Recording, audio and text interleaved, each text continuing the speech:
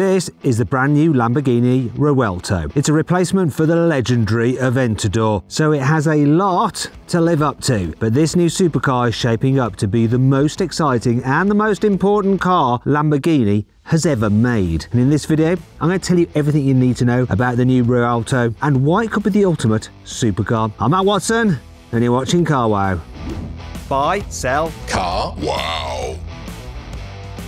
Firstly, what does Revuelto mean? Well, Lamborghini usually names its cars after things relating to Spanish fighting bulls. The Miura, the Aventador, and Murcielago, or Murcielago. I don't know how to say that one either properly. Anyway, they were all famous bulls or bull breeders. Although Murcielago, or Murcielago, I need to stop this, means bat in Spanish, which is a bit weird. Well, Revuelto, or Revuelto, let's just call it Revuelto, okay? Also has two meanings. It was the name of a fighting bull, surprise, surprise, but Revuelto is also a Spanish word for scrambled eggs. Yeah, this sounds a bit mad, doesn't it? But there's one part of this car's design where this bizarre name actually makes total sense, and I'm going to tell you why a bit later in this video. For now though, let's move on to the design. So the new Revuelto looks like Lamborghini made a greatest hits compilation from all its best cars over the last 15 years. The general silhouette is very similar to the Aventador, and it comes with scissor doors, just like all Lamborghini flagship cars since the original Countach. There are lots of bits carried over from the limited edition Sion too,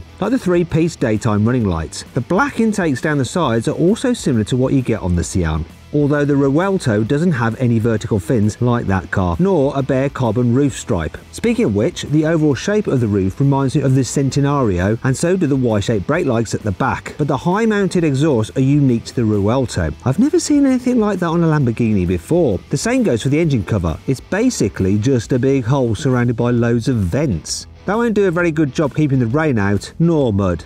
Anyway, the Revuelto has lots of clever aerodynamic features, including a folding rear wing and hidden door handles that direct cool air into the radiators down each side. But I wish Lamborghini had given the car some more exciting looking wheels. They don't have any carbon fibre aero fins like on the Centenario. Actually, that should be Centenario, but I'm going to stick with the English way of saying things. And they aren't particularly big either. The front wheels are 21 inches across and the rear wheels measure 22 inches. You can actually get 22-inch wheels on a Volvo XC60 these days, so yeah. Anyway, what do you think? Do you prefer the look of this new Revuelto to something like a Ferrari SF90? Or should Lamborghini have gone even crazier with this car's design? I'll put a pinned comment below so you can vote on which Italian supercar is your favourite, the Ferrari SF90 or this new Lamborghini. Downsizing engines is all the rage these days, but not at Lamborghini. The new Revuelto comes with a massive naturally aspirated 6.5 litre V12 engine. That's the same size as the engine you got in the old Aventador, but this new V12 is 17 kilograms lighter than that engine. It's also much more powerful. The most powerful Aventador, the Ultimate, cranked out 780 horsepower, which is quite a lot. But this new engine delivers an astonishing 825 horsepower, and it hits this number at an insane 9,250 RPM. That's not all. This engine doesn't hit the red line until you reach 9,500 RPM. That's 500 RPM more than the naturally aspirated flat six in Porsche's 911 GT3 RS. That amazing V12 isn't the best thing about the Revuelto. Lamborghini has also given it a secret weapon. Well, three of them actually. Yes, I'm talking about electric motors, because the Revuelto is actually a hybrid, because all new cars have to be nowadays, don't they? Anyhow, Lamborghini says the new hybrid setup mixes performance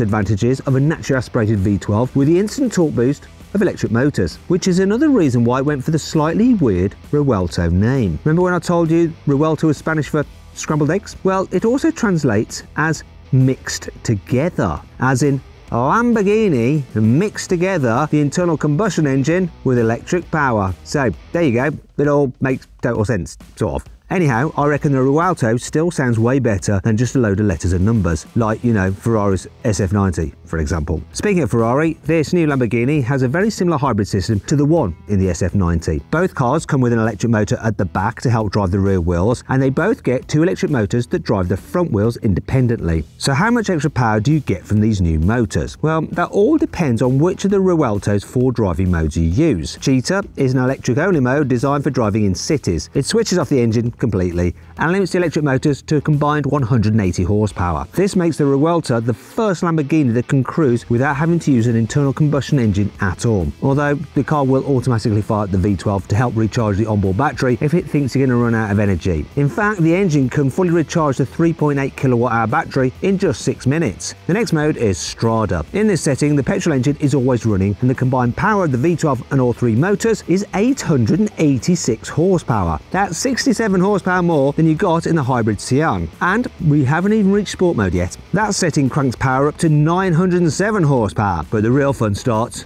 in Corsa mode. This gives you the full 1015 horsepower to play with. That's more power than any other Lamborghini ever made, and it's also handily 15 more horsepower than you get in a Ferrari SF90. So yeah, nah, Ferrari, stick it up your Before I tell you how fast it is though, I need to tell you about the Revuelto's other party piece. The Aventador had a single clutch robotised manual gearbox. It sat in front of the engine and split the engine's power between the front and rear wheels. The gear shifts were violent, especially in the SVJ, and it would spin the tyres like crazy when you tried to launch the car. Whoa, the gear changes hard!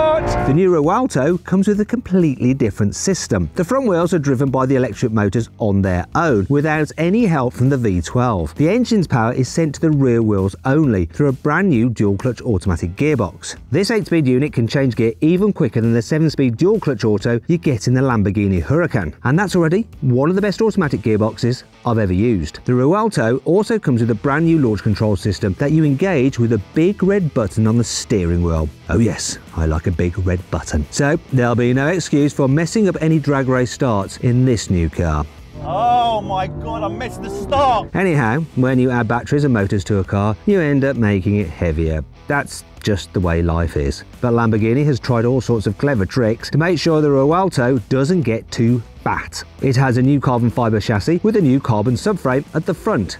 This is 20% lighter than the Aventador's aluminium subframe, but it's also stiffer and better at absorbing energy in a crash. Lamborghini saved a few more kilos by ditching the normal mechanical four-wheel drive system and using the front motors to drive the front wheels on their own. Lamborghini hasn't said how much the new Revuelto weighs, but it did confirm the car has a power-to-weight ratio of 1.75 kilogram per horsepower. So when you do the maths, this means the Revuelto with 1015 horsepower weighs just under 1780 kilograms. That's about 200 kilograms more than a Ferrari SF90 and about 250 kilos heavier than the old Aventador SVJ. So it's lighter than your average performance car, but still a bit of a heavyweight for a supercar. But let's cut to the chase. How quick is this new Lamborghini Revuelto? Well, Lamborghini says it'll do 0 to 60 miles an hour in 2.5 seconds and 0 to 120 miles an hour in less than 7 seconds. That's almost exactly the same as a Ferrari SF90. That also does 0 to 60 miles an hour in 2.5 seconds. Ferrari is a bit more specific about the car's 0 to 120 mile an hour time though. It says